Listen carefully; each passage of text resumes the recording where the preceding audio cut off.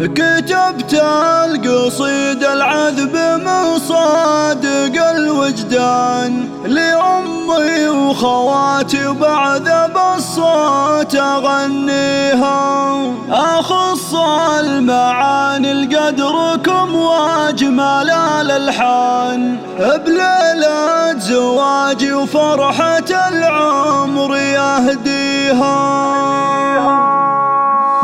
كتبت القصيد العذب من صادق الوجدان لأمي وخواتي وبعد بالصوت أغنيها، أخص المعاني لقدركم وأجمل الألحان بليلة زواجي وفرحة العمر يهديها. يا يمه تهني وافرحي يا ضياء الأعياد، عسى أيامك افرح وسعد مع لياليها. يا أمه تعب اللي لك بقلبي معز وشان، يا أغلى علي من حياتي وما فيها. يا نبع الحنان ومنبع الطيب والإحسان، لو أحسب فضايلك علي ما أقدر أحصيها. يا أم العظيمة أنت ما يشبهك إنسان، وفيك أفتخر واعتز وامداح يهديها. تربينا في ظلك على العز مدى الأسماء، ومن عز إلى عز هالحياة دوم نقضيها. فضلك علينا من قبل نولد وللآن، يا شمس الحياة ونورها واغلى ما فيها. يا أم تعب اللي طيبك يشابه الهتان، كريمة بعطاياك اللي محدود يضاهيها. ونعمين بك شيخه وربعك بعد شيخه أصيله، ولك بالعز سيره